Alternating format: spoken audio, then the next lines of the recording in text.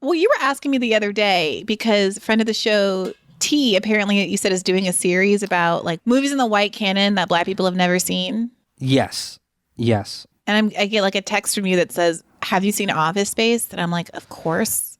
Yes, our friend Trevor from Champagne Sharks, great podcast, check it out. Yes, is doing that very series of the white canon that Black people have never heard of, and that's why I texted Bree and asked you, have you ever heard of Office Space?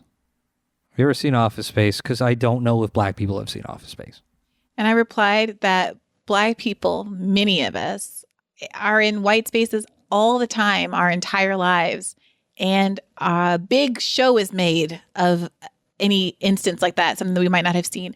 And I remember going to summer camp in 2001, the first summer I came back to the States, and Office Space was only 2 years old, but still all of the kids made a big show of, oh my God, I can't believe you haven't seen Office Space. So yes, a whole whopping 2 years late as a 15-year-old, I watched, I guess. Well, is that because of white peer pressure? Yes. Because of white peer pressure. Okay, well, I feel like, and we frankly have to have Trevor on just to figure out the parameters of this. I feel like white peer pressure is not what he's referring to, because of course whites will always exert their peer pressure. Because it's also called cultural hegemony. Yeah, right. It's more, all right, I think the first one you did was Big Lebowski. Yeah, were you white peer pressured into watching Big Lebowski? Yeah, I don't really remember it. I saw it in fits and starts, but in college at some point, people kept putting that on. Grandma's Boy, whatever that movie is. I don't know what that is. The Water Boy, all the Adam Sandler movies. The Water Boy. Oh, okay. Every Adam Sandler movie. I saw most so of Black people Arrested. do not watch Adam Sandler movies, is what you're telling me. I wouldn't say that, but unless they're being pressured into doing it. Hey, man, try this. I'm a person who likes to be a part of the zeitgeist. I like to know what everyone else is talking about. So I'll watch that stuff for that reason. Like, same reason I watched Animal House. No one had a gun to my head, but I'm like, look, Well, Office Space is kind of a unique thing because that was a movie that was not popular at all. It bombed when it came out, but it became really popular among college kids, like people our age, on DVD. And that's how it became, popcorn classic. I mean, I'm just curious if I could just throw a few out there and you could just tell me if Black people watch the movie.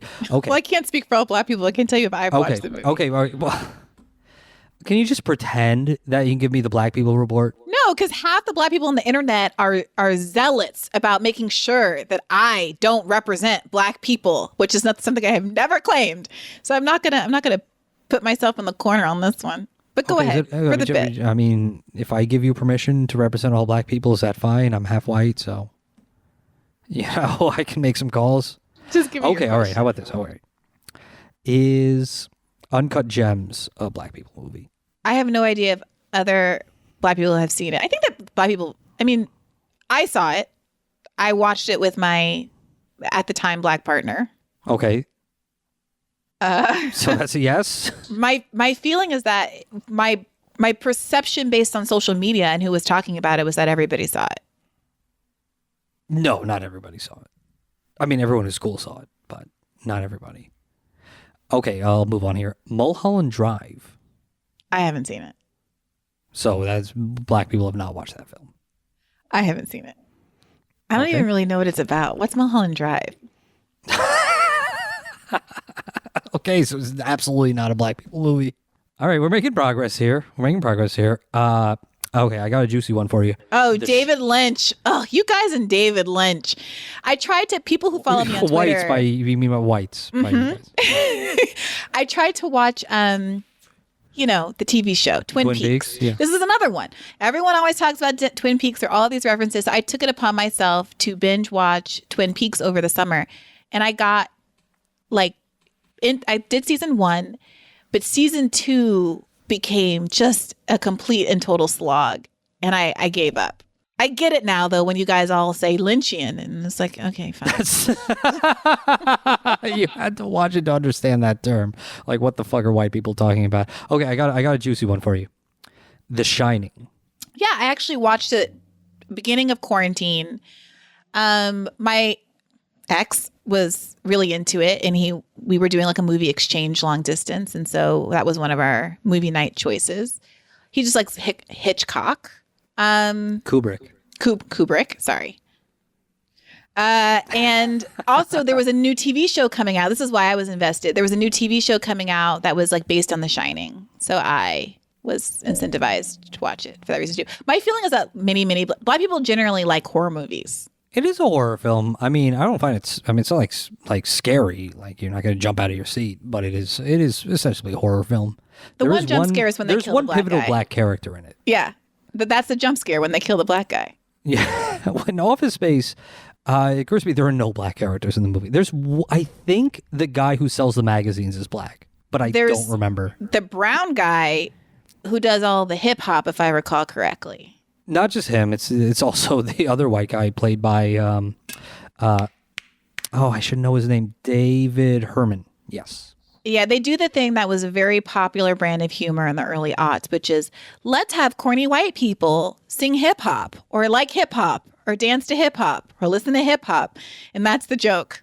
Well, they made it. Well, I mean, I like to think they made it really funny with it because like one of the first scene in the movie is he's in traffic and he's like listening to aggressive hip hop and like screaming like in his car at the top of his lungs. And then a black guy with holding a sign that says "Please give" walks by him and he just like very subtly like presses the auto lock on his doors. No, I remember.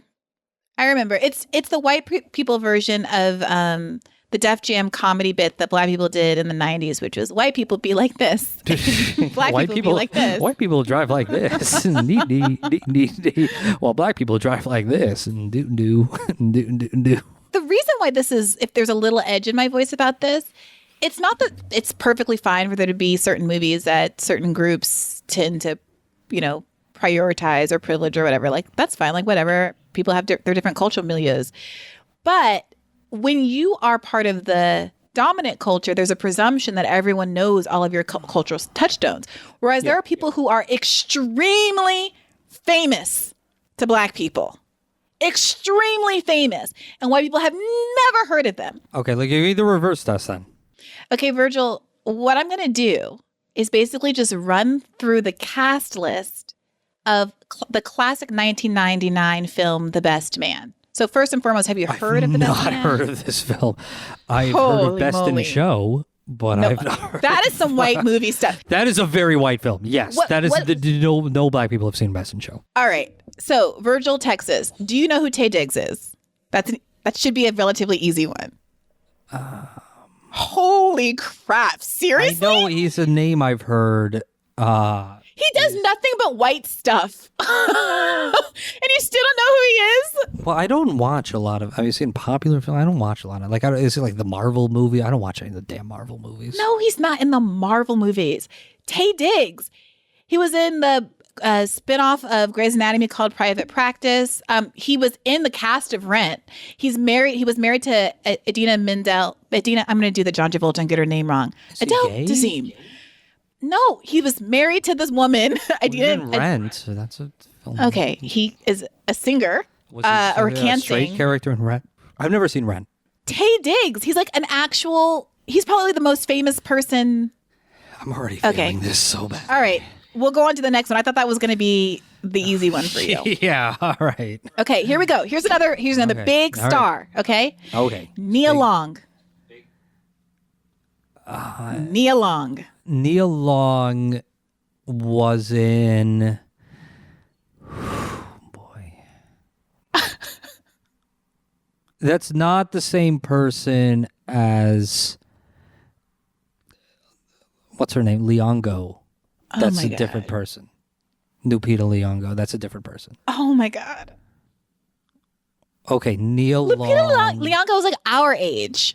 Nia Long was starring in. You didn't tell me how old these people are. Are these all old people? This movie came out in 1999. Nia Long is one of the. She's like the Jennifer Aniston of black stars, except like more beautiful. She's like the Halle Berry, but like just Halle Berry is Halle Berry for everyone.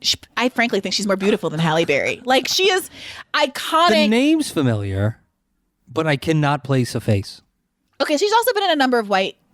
Let's call them mainstream films, white films. She played opposite an Alfie, the new Alfie with the Alfie, gross. God, what is his name? He's British. I think he's kind of cute. It's not Alfie Allen. Jude Law. She starred as Jude Law's love interest in Alfie, which is not what you should know her from. But Boys in the Hood, Friday, Love Jones, Soul Food, The Best Man. I've not seen any of those movies. I can't even. I've been meaning to see Boys in the Hood, but I just never have. Because it's kind of a bummer, right? She played one of Will Smith's girlfriends in The Fresh Prince of Bel-Air. She has been on all these TV shows too. I'm scrolling. Well, thank God I've got an encyclopedic knowledge of every Fresh Prince of Bel-Air guest star. Can you name one other girlfriend of, famous person who played a girlfriend of Will Smith on The Fresh Prince do of Bel-Air? hookups count? Sure. If it was this celebrity guest role where they came on and played his girlfriend for a second. It's been a while, man. It's been a long time since I've seen that show. And I'm not the kind of person who watches, who's like, oh, this is epic. They're bringing back Saved by the Bell, and they're old. It's like I don't care. I don't need to watch that. All right, I seem to recall I think Tyra Banks came on. I think that's right. I think Jada Pinkett was on. I remember there was a big thing in the later seasons that it was still like family friendly TV, so it was implied that they would not engage in like sexual acts. And that would be like some of the plot lines is like, Carlton, gets laid. It would be like there was a later season Fresh Prince. Nia Long was his main. I don't know if there was an implication that they got engaged or whatever at some point, but she was a serious girlfriend for him on the show. Do you know who Morris Chestnut is? No. Oh my God. Is that a mouse in a children's story? Holy crap. Like literally childhood crush, like first adult feelings about a man. It was like Morris Chestnut or Shamar Moore, obviously. One day I'm going to marry Morris Chestnut. I mean, he's old, but Harold Perrineau, I don't know how to say his last name, but he's been in the news a lot recently. Do you know who he is? Perrineau. No, I do not know who that is. He was in the news because, do you remember when Lena Dunham's friend was accused of sexually assaulting someone? And she said he couldn't have done it. He was my friend. I don't, but I believe 100% that happened. The victim in question was Harold's daughter. It's not important. Terrence Howard. There's one. Do you know who Terrence Howard is? Okay, that name is super familiar. Oh my God. That name is Virgil. really familiar, but Terrence I Howard. cannot place it. He's literally was in a Marvel movie. Okay, well, I don't watch the Marvel movies. See, that's the thing. Everyone's talking about WandaVision and all this crap. And WandaVision does seem like an interesting concept to me. I would probably enjoy it, but I don't care about the Marvel universe. I never watched any of the freaking Marvel movies. I never watched Captain America. Like, I get the Thanos glove thing because, like, it's just been explained to me, but I never sat down and watched it. And I never want to see it because I don't think the CGI looks good. I don't think the stories are interesting. Like, I just don't care. I'm not mad that people like it. I don't mind, but whatever. It's like, it's just not for me. Okay, Virgil, do you know who Chris... that I'm interested in. Do you know who Chris Hemsworth is? Yes, he's the brother of Liam Hemsworth. Oh, so you know who both Chris and Liam Hemsworth are, but you don't know who Terrence Howard is. They're two whites who work in Hollywood, yes. Right. Like, this is the thing, Virgil. Like, you cannot disclaim this as, oh, I'm not interested in Marvel movies, so I don't know who Terrence Howard is. There's like 1 million Marvel characters. Did you see Hustle and Flow? No. I mean, me either, but I know who Terrence Howard is. I feel like I'm in court right now, and the jury box is going, oh... I mean, he got an Academy Award for that. Did you see? I'm going to read off. Apparently, he was in Ray. I don't remember him being in Ray, but apparently he was. How many white listeners we still have for this show? He was replaced by Don Cheadle in the Marvel movies, in the one with David. I mean, I don't know what his name is. Downing Jr. Morton Downey Jr. His name is not Marvin. Yeah, Morton Downey Jr. Right? Morton? You think his name is Morton? Wait, no, I'm confusing him with Morton Downey, the talk show host. Robert. His name is Robert Downey. Robert, yeah. Downey wait, they're not related, but they both go by Junior. Well, I'm also the thing is I'm also not like the stand-in for white people. Like I just have very there's no way to say this without sounding like an asshole, so I'm just going to lean into it. I kind of have obscure views on film. Cinema, as I call it. I tend to watch things that most people don't watch. Often foreign films. And yet, if I asked you who the star of the Hunger Games is... I know who that is. Jennifer Lawrence. Yeah. Of course you do. Well, that's the star of the film. These people are all stars of this film. It's like a but four-person not a film cast. as like big as The Hunger Games or Harry Potter or whatever, which I have not seen either of those. What I'm trying to explain to you is that The Best Man or, Love and Basketball or Love Jones, these movies are so much more famous than The Hunger Games to Black people. And we live our entire lives in our own communities knowing intimate details about these people and their film catalog, and never once do we go up to white people and say, oh, you've never seen Love Jones? Because we don't have that expectation. But you guys throw a fit if you say you haven't seen Animal House or say something else, which is also true, that it's not very good. Okay, a few counterpoints there. One, I don't throw a fit, and I actually think that, and I've thought this for a long time, whenever someone brings up a movie that you're assumed to have seen, that everyone's seen, and you're like, I haven't seen that, they do like, everyone has to stop that shit, okay? We all have a finite amount of time that we're going to be alive on this stupid freaking planet. So everyone just cut it out with that shit. Just be like, yeah, I never saw, 2001: A Space Odyssey. I never saw The Big Lebowski, whatever. I know everyone freaking talks about it. I just never sat down and did it, okay? You don't have to lecture me about it or make me feel bad for not having seen it. And it's not a race thing. That should apply universally. That's my rule. But my point is that black people, we really aren't holding white people to that standard. We might roll our eyes amongst ourselves, but I don't go into conversations with white people casually name dropping Sanaa Lathan and expecting them to know. Internally, I'm like, can you believe they didn't know who Sanaa? But mostly, I don't care if you've seen it. I don't yoke my esteem or my own value system about my own community's cultural products to whether or not the broader white society has invested in it. But that's you say nor should you, but that is work that has to be done. That is a kind of independence and self-esteem that I think that sometimes folks don't like about black people. The nonchalant, I don't care what white people think aspect of our culture that I think is very culturally distinct compared to certain other groups in America that are also minorities. I think that black people have really cultivated an independence, and that's what the idea that black people are cool or whatever. I think that a part of it is just the nonchalance of we truly are not investing in what white people think of any of this right now, and that comes from I think it's a little bit of a defensive posture because for so long, if you listen to what the mainstream culture. How the mainstream culture judged us, it was all so negative that it's why would I invest in this at all? And it comes with looks and beauty and dating. It's I don't have the energy to be trying to date Liam Hemsworth. I aggressively don't care what someone like Liam Hemsworth thinks about me. If he has not lusted over Nia Long, I don't want to date someone who has not lusted over Nia Long.